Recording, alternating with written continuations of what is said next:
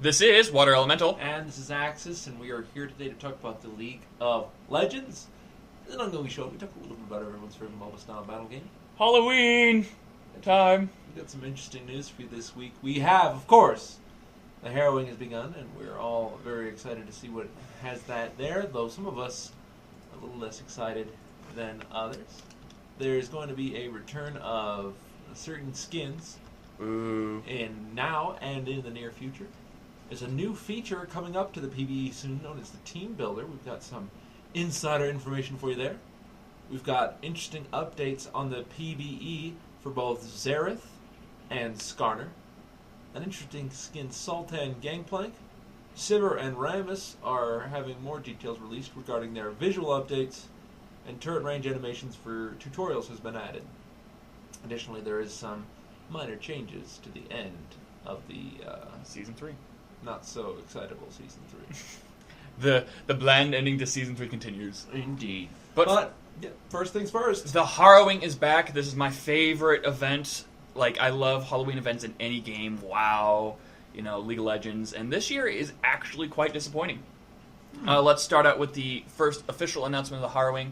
There is going to be 2 new skins. We're going to have the Zyra, the Undead Zyra, and the Cop Vi skins. Those are going to be the only 2 new skins available for the Harrowing that are going to be new. The rest of the skins... And technically those skins aren't even for the Harrowing. They're released forever. Yeah, they're going to be released forever. And with that, we also have the release of skins that have been limited from past years. This is all the way back since the first Harrowing event. So, for those of you who don't know, all the skins that are going to be released are Mundo Mundo, Pumpkinhead Fiddlesticks, Kitty Cat Catriona, Zombie Rise, Lollipoppy, Nosferatu Vladimir, Franken-Tibbers Annie, definitely not Blitzcrank, Bewitching Nidali, Haunting Nocturne, Headless Heckram, Haunted Maokai, Underworld Twisted Fate, Headmistress Fiora, Pirate Rise, and Zombie Brand. Well, this isn't all of the Harrowing skins from Legacy. It is a large portion of them. And a lot of people are particularly upset about this. I've seen nothing but good, and it honestly bugs me. Because as someone who bought some of these skins thinking that they would be limited and only one-time use, it's kind of depressing to see that they're back and they're not really, catering to the people that they kind of lied to. They have some stuff, and we'll get into that later, but it's kind of sucks that we won't get a large number of skins. Limited ed skins are kind of like a badge of honor. When I pop into a game and I've got Union Jack fiddles, that makes me feel special. No one else I know that I've played League with in the past few years has had that skin. And so the fact that I can have that out is great, but that's one of the ones that's going to be coming up here 2014 that's going to be available for purchase. And that, to be fair, it does reek of elitism. It does not enable certain people to get something that maybe they'd really like. And so there's different angles of looking at it, and so really it's hard for me to say, it's stupid that they're doing this, when for other people, it's stupid that they wouldn't. I'm on the mixed fence. I have skins that haven't been able to, play with because I didn't have the money at the time. Best example was Nosferatu Vladimir. I didn't like Vladimir when he first came out, and then they released Nosferatu Vladimir. At the time, I didn't want that skin, but afterwards seeing how creepy it was and how great skin it was and how good Vladimir became, it's haunted me since, and I get the opportunity to get it. But at the same time, I don't get the benefits of the legacy, icons that they're going to be adding towards those things, because I never really bought them at the time, because most of the skins were for characters I didn't play back then, and then I've learned to play later on in life. So there's kind of a mixed bag of, it's good that I get to get these skins back for limited time for champions that now I play, but at the same time, you've got people who should have some skins that are locked down, and it makes you feel special. And that's part of the thing. It's like, I want to play this character because I have something special to him, and now that it's not special, what's the point? It's hard for me to get too excited about it. I mean, there are definitely skins I want to buy that I missed out on.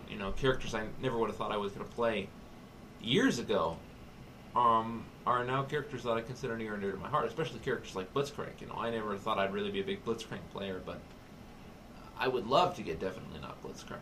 I'm probably going to get it here in the next couple of days. So there's definitely... I know Kitty Cat Katarina is going to be a hugely popular skin. Yeah, that one was hugely popular when they announced it the first time, and then bringing it back they've kind of had their, shine is like really cool skins that have been updated. Like, what was it? Bewitching Nidalee actually got more particle effects after the launch. Indeed. So they're again, it's one of those things where we're kind of venting off our frustration, and we want to know what your opinion about this is, because it's just there been are us. tons of people that are really excited for it. And so it's really difficult for me to take up a position and be really adamant about it when I know there are hundreds and thousands and millions of League players that missed out on these particular sales because they simply weren't playing the game, or they never considered these champions to be favorites of theirs, or maybe they just didn't have the cash at the time. So I can't get too bent up on about it. It's a minor gripe for me, but it is still a gripe. Yes. Is basically what we're trying to say here. And Zombie Brand doesn't get the legacy effect. They've been like put into the vault. They're not like limited ed like these skins are. So I don't get the benefit of that, which is kind of a bummer. Speaking of other stuff that is coming up with the Harrowing, the first thing they announced was a new gifting system, which allows you to gift a random skin to a friend. And it's only for champions that they own. Yes. So if I gift Axis a mystery gift, he has the same percentage to get a really crappy skin opposed to getting a really, really rare legendary skin. So he can get any of the non-promotional skins in the game as long as he has that champion. Come on, Canine Susan. It's promotional. Come on, Pulsefire. Yes, there is Pulsefire Ezreal, as well as all the other legendaries and ultimates. No, I would want Battlecast Joe. Battlecast, yeah. This is only going to be $4.90, so it's going to be the price of a smaller skin. And so the best way to do it is just talk to your friend and just trade back and forth when you want one. Mm-hmm. So it seems like a fun option. I can understand that they want to limit it to gifting because people would just start using that instead of buying the actual skin. And which is nice. I like the idea of that. I see certain players grooming up accounts for next time around that have only maybe one champion purchased, and then they can get all the skins for them for relatively cheap from a friend of theirs. Yeah, you only can do 3 per day. I wonder how that's going to work. I wonder if there's a limit to how many champions you have to make it random. So, if not, you random, it gives you the champion and the skin. Yes! But, yeah, it's compelling. I can't wait to see it in game. Definitely something more interesting. Because usually that's a big struggle. Last year, when I was trying to gift things to other friends of mine, like for Christmas, I was like, what do you want? And like, I have all the skins I really want already, so I'm just like, okay, here. Just gift Glacial Malphite, I've learned that. Mm-hmm. So, yeah, it's just having a random thing you can throw at them. It's actually kind of a nice change. Yeah. They also said there's going to be some more surprises as time progresses. We don't know if this is the official announcement to the 2 new skins, or if there's going to be some other stuff they're going to be throwing in. No confirmation if we're going to be getting a Harrowing map. They said that they want to roll stuff like that out, but it's not going to be happening anytime soon. Darnaruski. Yeah. With that, we're going to be moving on to some other information here. We've got a new system for queuing up. This is something that is kind of a long distance away. It's called the Team Builder. Basically, it's a different way to queue, where basically you set up a little mini-map for whatever map it's going to be, sort of what kind of character you're going to play, what role you want to fill, and where you're going to be positioning yourself in the team.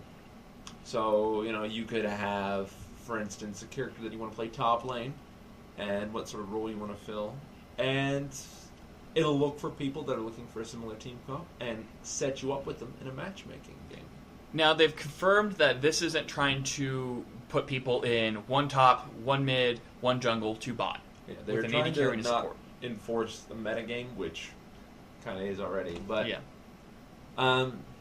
It's looking to be something that more allows you to play specifically for what you want to play, if maybe you have a limited number of games or something like that, rather than just being thrown in with a bunch of people that you're not sure what they want to do, or so you don't have to fight for your particular lane or role. Or if you've just got a new champion you want to try out and you want to play that champion, or if there's a certain set of champions you want to practice with, you can get into a game easier instead of always being forced to play a certain role that you're not good with. Because I know that Jolly Green and I both have been recently thrown into positions that we're not good at. Like, I've been thrown into jungle a lot, and he's been thrown into support. Yeah, it's not specifically something people are looking for. It's unclear at this time if it's going to be specifically for just random matchmaking, or for draft pick or team picks, I'm sure it'll be a lot more difficult to do in draft, but maybe there's more of a generic system for draft where you can say, I want to do a top lane, but I'll also be in draft. So we'll have to see what this comes with over time, but I think this is a nice addition for matchmaking queues and maybe getting practice in your role, or just doing what you want to do and not having to worry about fighting over it. I bet that queue is going to be very, very busy every time a new champion comes out, because everybody's going to be like, I'm going to play this new champion and this lane. And then everybody else is trying to find a game. They're getting in just fine, but those people are going to be waiting extra long because... Kind of funny. That'd be good for us, though. I mean, when we try to record games with a particular champion, it sucks to have to fight for it. Yeah. But, yeah, very interesting stuff. That's a long way out, guys, so we have to keep our eyes peeled for it. Skarner and Xerath are getting some more changes. Xerath is one that we've actually talked about before. Xerath had a really cool build for a while, and they've sort of torn that down, and they're looking at more conventional builds, which I'm not incredibly pleased with. Personally. Xerath was supposed to be more of a long-range artillery, and they've been wanting to make him more of a mid-range champion.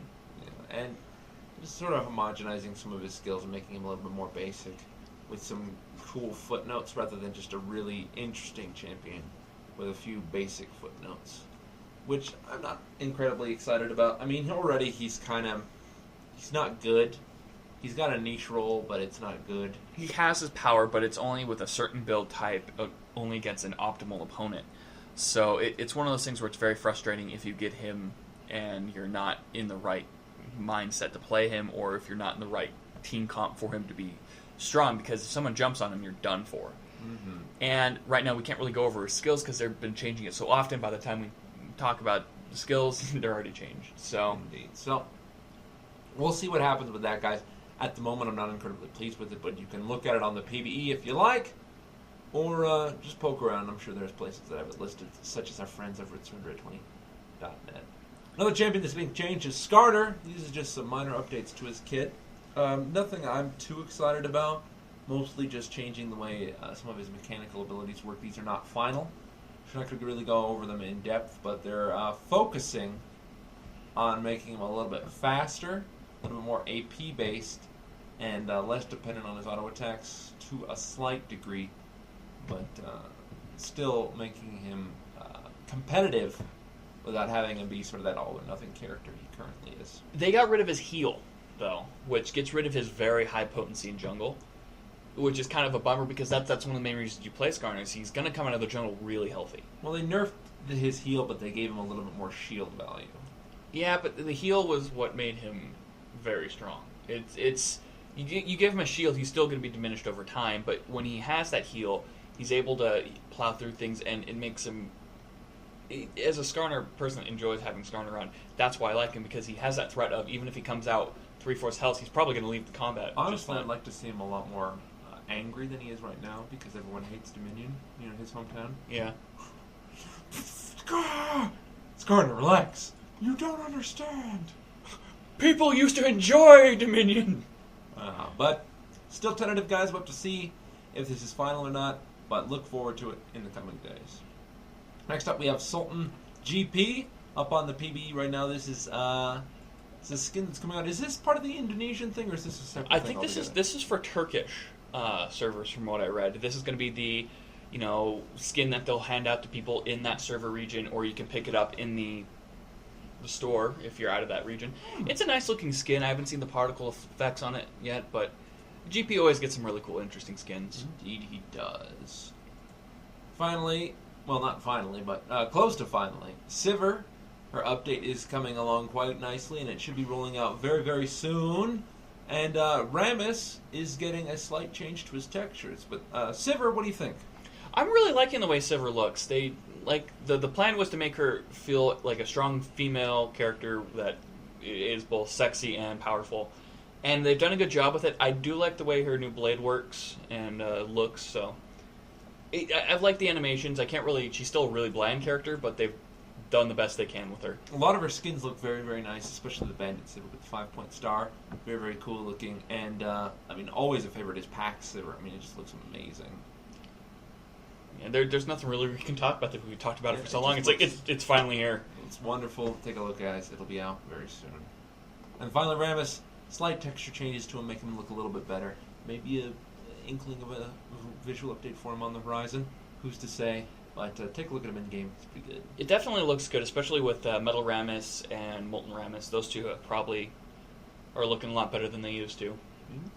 Ninja Ramus, on the other hand, still doesn't look that good. Sorry about that, folks. They're a bit dead.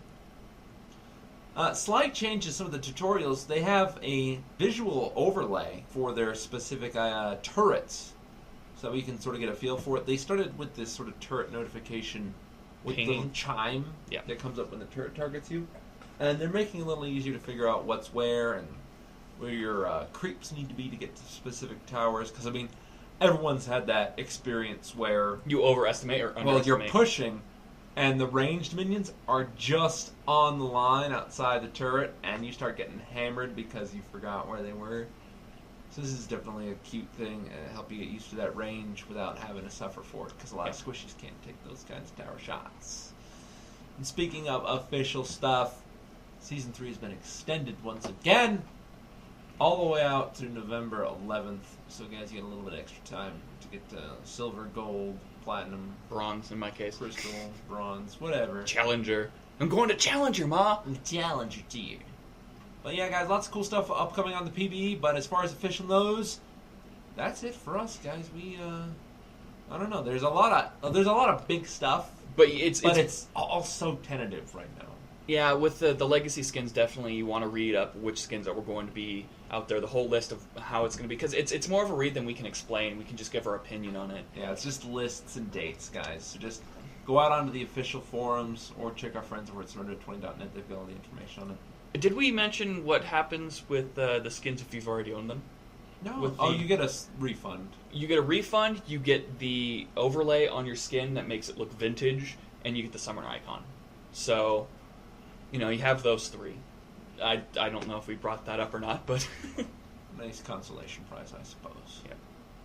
Moving on to our own section. I have a couple of questions this week. The first one comes from Mester12. He says... Coming of the Steam version of the board game Talisman, I want to ask what your guys' favorite board game is. Mine in particular is Monopoly. P.S. I have the SpongeBob version. That is the superior version of Monopoly, not the 9,000 others. Well, board games, see, that's a tough one. Because I'm not sure if my favorite board game really qualifies, because I love Rummy Royal. But you might consider that more of a card game, even though it's got a board and set up to it. So, I won't say it's that one. Instead, what my favorite one is... that's kind of tough, actually, because they have a lot of... I mean, Monopoly is obviously a hardcore favorite of everybody. Yeah. But as far as specifics go, I believe... I think it's Stratego for me. Really? That's the one where you have like all the guys are turned, and when you take them, they turn around. And you're like, "Oh, it's a mine. You're dead." I love that game. Mine was. It's a really kind of. There's two of them. They're kind of around the same type. One of them was called Dungeons, and it was a game where you were a dungeon crawler. You made us play that, and it was boring. No, that was Hero Quest. Oh, that's another one. That was like a D&D style one. But Dungeons is one where each person is a adventurer with a random hero card. And you're traveling around, and you're trying your best to collect as much money. And if you die, your character dies, leaves all his money in that room, and then you start a new character and run around in there. That one's really fun. Those are probably my two favorite board games. And then there's Pathfinder, which I kind of count. That's a tabletop. Tabletop. Yeah, there you have it. Next up is from Drizzle Gaming HD. He asks, Piltover 5v5 map? I would like to see what they would do with a Piltover map. Every other technology map. and robots. Well, all the other maps are really outdoors in rural areas. You have technology kind of thrown out them in Dominion, but the other ones are all in nature. So having one inside of a city with probably siege engines or something like that they have to activate and capture point systems, kind of like when Dominion was first coming out, that was one thing we talked about a lot. Is they had mentioned things that there was going to be a mine and an underground section, or not an underground section, but there was is a mining area. So we thought there was going to be a whole mountainside you'd go into and it would obscure vision and stuff like that, and that never ended up happening. So this is definitely a cool thing to build. Buildings buildings that you'd pop into, and there'd be small sections that almost sort of retro bushes. Yeah. Instead of being in a bush, you're hiding in a building. And it would be like enough that a player could be in there and have like a small fight, and then you could hear things pop in there and see what's going on, and then come back out. So that could work. And honestly, changing things from outdoors, like in the forest, to like kind of like a city landscape would be kind of cool. Be a nice, refreshing change, and I'm sure they could do a lot with jungle creeps as the robots we saw in the Jinx video. Yes, definitely. And finally, our last question comes from Ian Mansfield, and he asks, what do you think they can do to Urgot to make him more viable? Should he be designed further as a tank or in its AD carry? I like Urgot because he's a little bit of both. He's a very good early game harasser, and late game he's a very solid, kind of like constant damage dealer. He's not with that cool ult. With that really fun ult. It's not really the most, powerful, but it can turn the tide of battle really fast, where, you catch someone out in the jungle and you keep them there long enough and switch places with them for your team to show up, or just pull them over a wall. Because I've had that games where they're jungling them on the other side of blue, and I'm just like, now you're away from your team. Have we looked at the interaction between Urgot's swap and Thresh's pull? No, we haven't. Oh. So that might fix Urgot's viability problem. Right there. I think we did look into something like that. But honestly, I think what they need to do is either let us have skills that focus into one side or the other. If you want, have a passive that scales, if you go more into damage, he gets a little bit more health. Or if he goes into more health, you give him a little bit more, a little bit more cooldown reduction for his missiles or something like that. So he can go either way, and he has a niche role to him. Because right now, he's good in threes. He's really good in threes.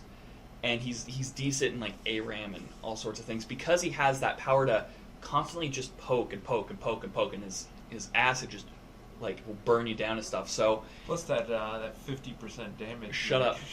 We're not talking about this right now. Even though I made the joke before we recorded it. So yeah, you just want to. They kind of need to up everything. Right now, he's kind of a little bit of both. They kind of need to let you focus one way or another. They should really make his scaling a lot more drastic based on the way you choose to go. Yeah, things like Phage now really is helpful for him, because he's slow, really slow. So you can use Phage to keep up with people and get more rockets off. So, Indeed. But I'd like to see him to become more viable, because he's probably one of my favorites. Shabgot. That's it for questions this week, guys. We love questions. We try to answer at least 2 every week if we can, sometimes more like today.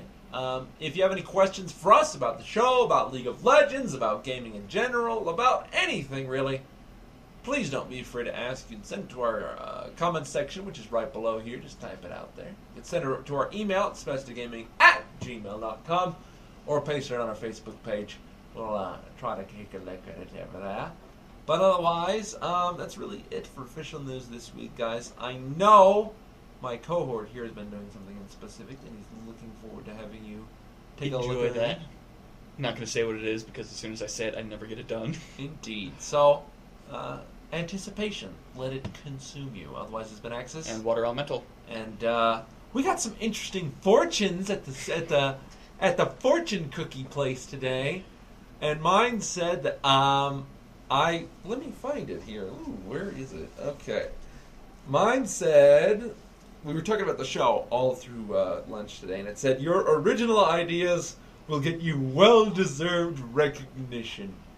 Mine said, stop searching around for someone you might enjoy, because that person's right next to you. I really am enjoyable, aren't I? Only in fortune cookie form. God bless me.